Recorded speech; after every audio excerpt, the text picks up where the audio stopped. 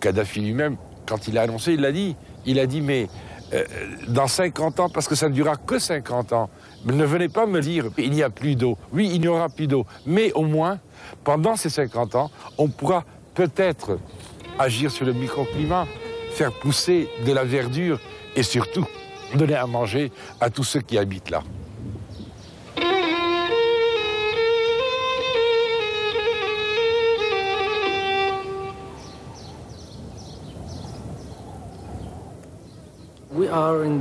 Nous sommes dans la salle de contrôle de la grande rivière artificielle. La grande rivière artificielle est la solution libyenne à la pénurie d'eau dont souffrent les citoyens libyens depuis les années 70-80.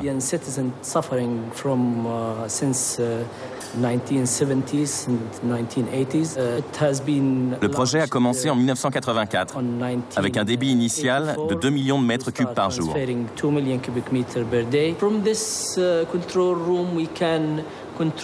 Depuis cette salle, nous pouvons contrôler tous les circuits du réseau pour que l'eau coule 24 heures sur 24 et 365 jours par an.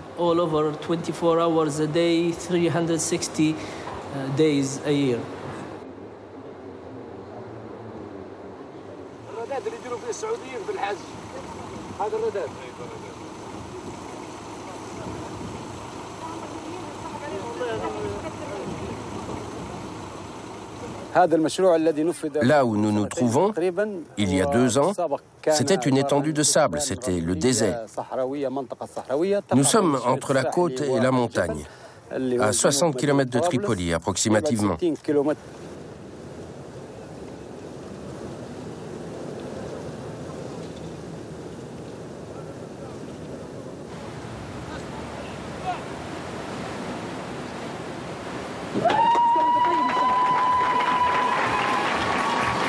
Après 12 ans de travaux, l'eau, en 1996, arrive enfin à Tripoli. La Libye, seul pays au monde qu'aucun fleuve permanent n'irrigue, peut alors développer son agriculture. L'objectif, l'indépendance alimentaire, n'est cependant toujours pas atteint aujourd'hui.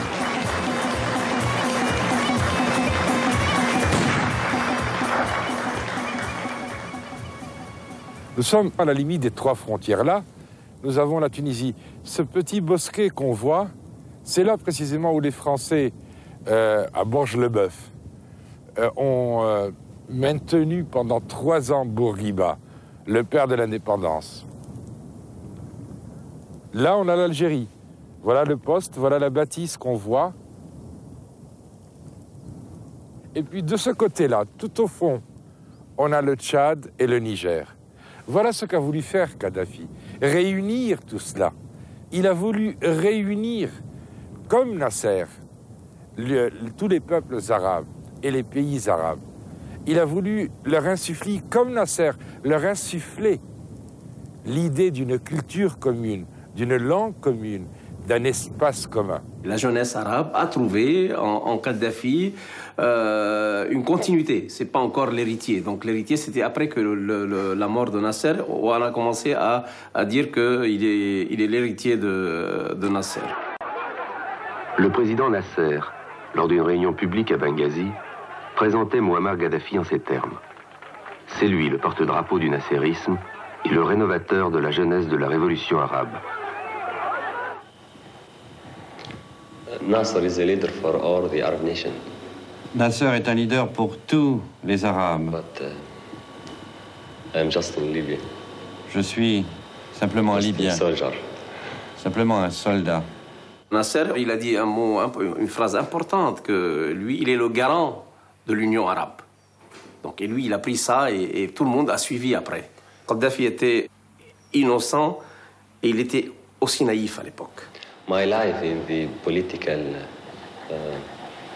in the activity, Mon expérience dans la vie politique is just a few months. Est trop fraîche. But I can't. Je ne peux pas préjuger l'avenir. Donc, lorsqu'il voulait faire une union avec Bourguiba, par exemple. Ouais. Ça ne passe pas, c'est pas la même chose, c'est pas le même bord, c'est pas les mêmes idées.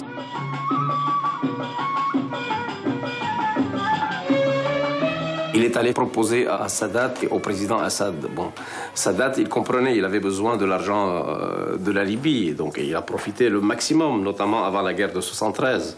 Donc il a profité le maximum, donc on lui achetait les armes, il payait tout, donc voilà. Mais ne serait-ce le président Assad, il prenait ses distances, on voyait, il était pour l'union, parce qu'il ne peut pas refuser l'union arabe parce qu'il est unioniste.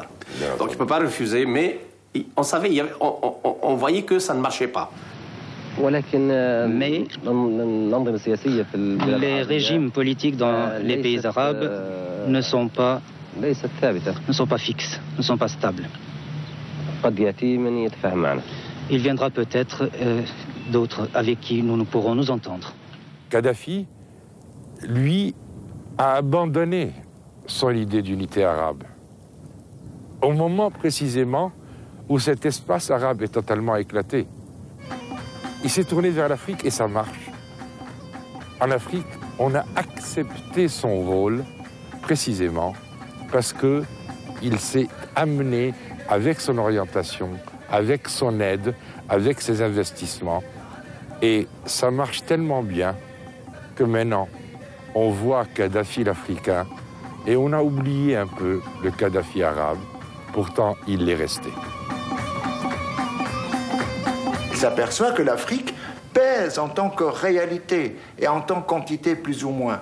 Et qu'à partir de là, il entre dans une logique qui est une logique de coopération et d'une politique africaine qui est la sienne depuis le milieu de 90 jusqu'à maintenant, et ceci allant de manière s'intensifiant progressivement. Il est alors évidemment, il n'accepterait pas qu'on dise ça comme cela, mais il est dans la tradition finalement de la confrérie Sanoussi, c'est d'être la Libye étant la zone de contact finalement entre la Méditerranée, donc l'Europe, et l'Afrique.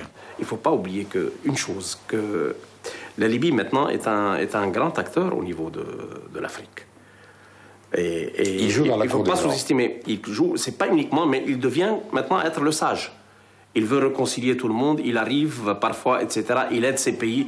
Il faut voir lorsqu'il fait ses tournées en Afrique, des centaines de milliers qui courent derrière lui.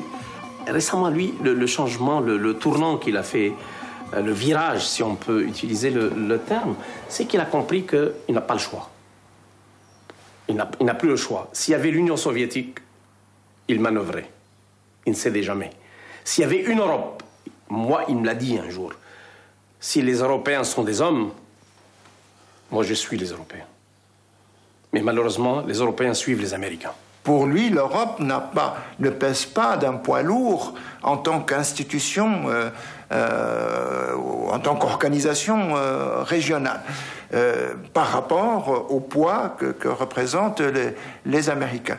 À partir de là, il considère que les Américains sont les partenaires obligés, disons, sur la scène internationale, et qu'on peut rien faire qui soit contre eux, mais qu'on a davantage à gagner qu'en étant avec eux que contre eux.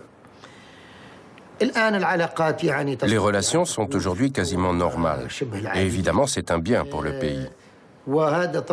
Bien sûr, les États-Unis ont utilisé le commerce international et la force, ainsi que le gel des comptes et l'embargo sur les exportations de matériel et de produits. Et ils ont refusé d'accueillir nos étudiants. Tout cela a perturbé nos industries pétrolières et notre développement économique. Mais les sociétés américaines ont également été touchées.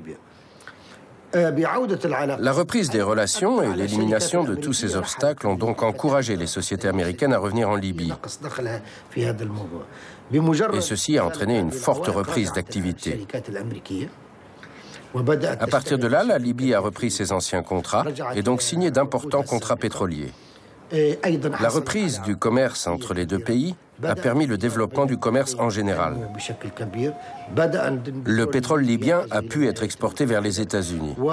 Et nous sommes dans la dernière étape, qui consiste à effacer les différends entre la Libye et les États-Unis.